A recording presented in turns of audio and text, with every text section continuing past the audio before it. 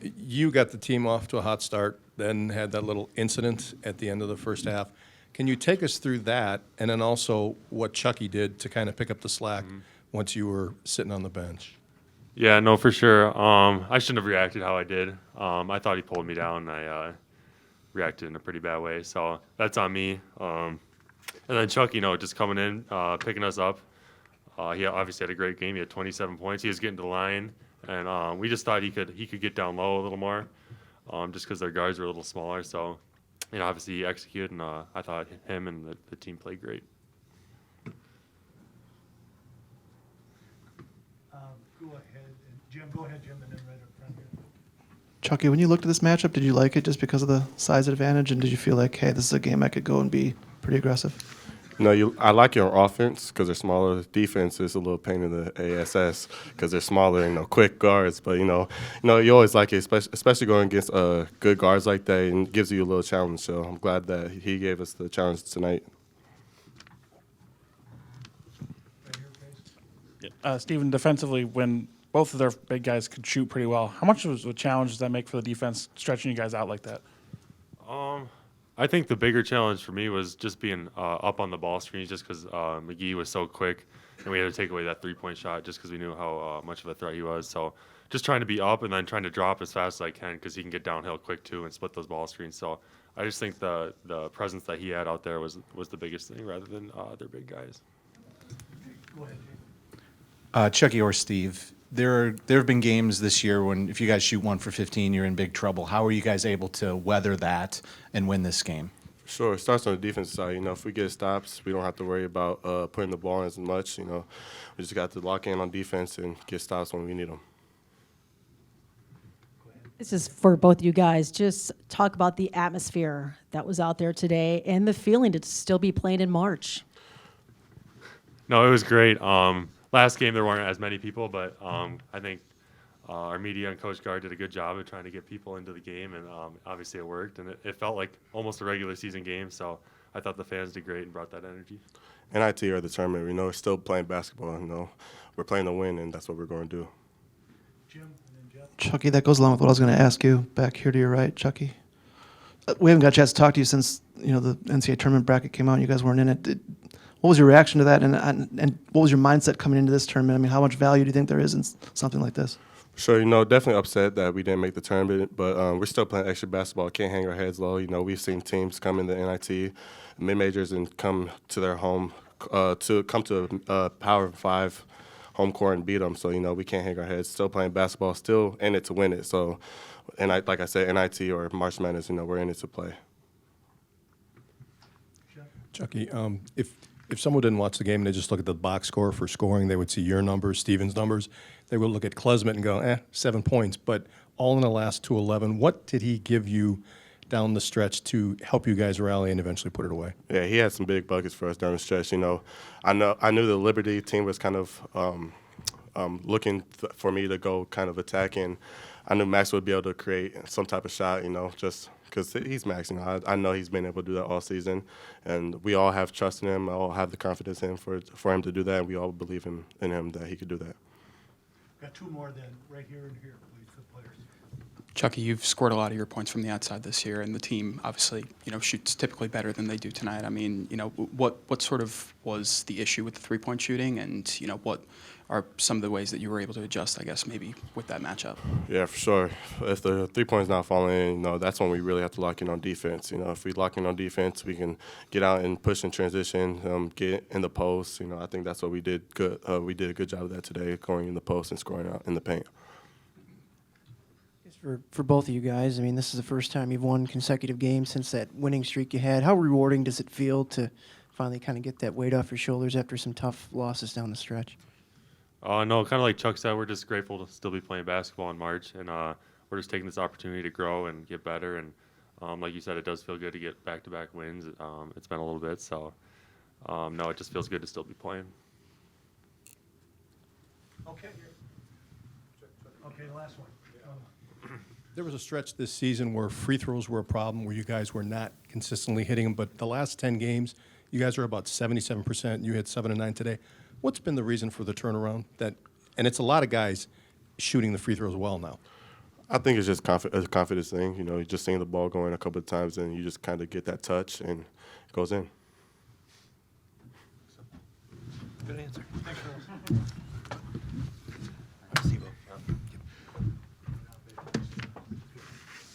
you want to start with opening comments? Sure. Well, Coach, start with some opening comments. All right, thanks, Dave. Obviously, a terrific college basketball game. New Liberty watching film, and followed him from afar because I've known Richie McKay for a long time, and the job he's done there. Knowing it was going to be most likely that type of game, but terrific game here for middle of March. Really happy for our guys. Huge shout out to all the fans that came in, and it created a terrific atmosphere. They were loud from the beginning. I don't know how many ended up being here, but a huge thank you. So if you were here and you don't have a season ticket, get on the season ticket list. We got to get you in here more often and have that type of atmosphere all the time. So I thought a huge boost from them, and they saw two really good teams playing. In terms of the game, I thought obviously getting Steve in foul trouble took us away from playing through him as much as we typically probably would, but other guys stepped up. And we talked about Tyler, some big plays down the stretch. Chucky obviously was getting downhill and playing at the rim, getting to the free throw line. Carter Gilmore with a couple of huge defensive plays and rebounds down the stretch. So again, it's basketball with two good teams playing in March, and you see whether it's this tournament or the NCAA tournament, anything can happen. You take the numbers off in front of them, and there's good teams everywhere, and that's what makes this time of year really exciting, really stressful, really, all those adjectives you want to slap on it. But like I said, just proud of our guys for how they battled, and we're able to get one here at home and got another 40 minutes coming down the road. Sounds like Tuesday. Coach, you rode Carter defensively in crunch time, and it looked like they tried to attack that when you guys were up 2. And what are you kind of thinking when McGee gets him on an island like that? And what did you think about the way he was able to not only just take away the 3, but stay with him on the drive and force him to maybe his toughest shot of the night? Yeah, I mean, Gilly's been, I've said it all along, that Gilly has been an invaluable piece to our team. He probably doesn't get the credit from the outside world that he deserves because numbers don't jump off you on the stat sheet, but there's an example. I mean, tough, moved his feet. We wanted to go smaller during that time, knowing that was probably going to happen, and switch 1 through 5. And, he did a terrific job of keeping him in front of him as much as he could, and then when they got to the rim, he jump walled him and made him have to come through a body. So, again, they don't have a stat for that, but that was a big play for us in that game. Yeah, Greg, obviously you guys didn't hit a 3 until the waning minutes of that second half. Right. Did you ever get the sense that you were going to need 1 or 2 to fall to win the game? Not really. I mean, as long as they're good shots and you got the proper guys taking them. I mean, those 3 guys that were taking most of them. Yeah, Connor, Max, and Chucky, and Jordan taking a couple. I thought they were all, for the most part, Chucky and Connor have a pretty bright green light, so they have to make decisions on what they want. The one Max had was huge. He was able to get his guy to drop his hands a little bit and rock him back and walk into that one. Max's play off the side out of bounds, was huge. And it's good to see growth because we ran that exact play against Rutgers and he wasn't able to finish. Today he's able to finish, and that I'm happy for him and the other guys for executing it the right way, and a big bucket in crunch time. Greg, Chucky was asked about his aggressiveness and getting inside the paint and kind of switch it to defense, but was that something you talked to him about before the game? Like, the matchup you've got to be aggressive and get into the rim for us? I mean, we always want him aggressive and getting to the rim. I think, Steve's ability to knock down threes that changes us offensively in a good way. The bigs can't chase Chucky maybe as long because of what he did the previous game. But I think getting to the free throw line was big, and we did some things where we intentionally posted Chucky, just because I felt we could do post him, post Max, Connor's got to spend a few more months in the weight room before he's going to get special things called for him to go in there. But those two guys, I felt we could try to touch them in the post and take advantage of that in there. You sort of alluded to it. You've given the last shot of the game to several different players throughout the year, but is Max sort of becoming maybe one of those more consistent closers that you have? Depends on where the ball is and what the time, those things. It's all time and situation. We have a package that, we have for late games that, different things for different guys based on where the ball is, what's the score, all those type of things. So just in that situation, being down one, I thought that was a good one to go to, and he's pretty forceful going downhill, in terms of how he drives it. So he can drive it, get fouled, good free throw shooter. So I thought that was a good thing to try to do late in that game. Greg, Connor doesn't seem to have an issue with his confidence. Just he had a similar rough patch earlier in the year. Are you guys just kind of waiting for one to go in and then the lid to come off the basket? Keep shooting. I mean, that one that Chucky had that came right at me, that did everything. I mean, we have to measure the rims, make sure the diameter is still right, because that touched every part inside that rim and then wiggled out. But no, if you have good ones, you got to keep shooting them, and don't let that impact your confidence in a negative way. Greg, how big was it to have Tyler kind of run the offense through the post like you were with Steven before he got in foul trouble? Just being able to maintain that same strategy because it was being so effective, how impactful was that? Yeah, I mean, getting into the bonus, that's always, I think we were in there by the 11 or 12-minute mark. Being in the bonus early is always a goal. But to be able to do that and then play through the post, because it's a great playmaking position. Not necessarily have to shoot it all the time, but it puts a lot of pressure on the defense when the ball's that tight to the rim. Zach. Greg, when Steven did what he did, I know you said earlier this year you want to be more aggressive. A little bit too much aggressiveness there, but also, what did you see? And then it looked like you were having a conversation with the official before he went in for Just halftime. one? Well, it seemed pretty extensive there right before you went in the locker room. Yeah. And can you share what you were? Yeah, he was asking me about what the favorite restaurants are here in Madison and where I would recommend if he didn't have to go fly to another game, where he would go eat. I was just, expressing my opinion and asked him if he could review video at halftime. He said he could. I said, okay, I'm going to watch mine. You go watch yours. Hey, it's a tough job. I get it. It's physical. It's fast. And you make your case for your guys, stand up for your guys. And I haven't seen I didn't watch that at halftime. I watched other stuff with us on the defensive end, so I'll see what happens. But no, I mean, Steve's got a little edge to him. Good. I'd rather have him that way than me have to fan his flame, so to speak. We can work with that. Greg, do you like the buy-in you've gotten from this team last I've couple had weeks? buy-in all year, Jim. Okay. I mean, these guys have busted their butts for us. I know we haven't gotten results always like we wanted, but I've never had to coach effort, and that's a big thing for a coach to be able to do that. We can work on basketball and being better at some of the technical things and thinking the game and those type of things. So if this group didn't have buy-in, we wouldn't be here nor have a chance. I mean, we've competed with about everybody we played. We haven't, we've had some ups and downs. We've been a little inconsistent. So is everybody else. As you look around the country with the games going on, and watched our league, but they've been all in. Man, they've given, like I said, they've laid it all on the line for us, and that's, as a coach, that's all you can ask for.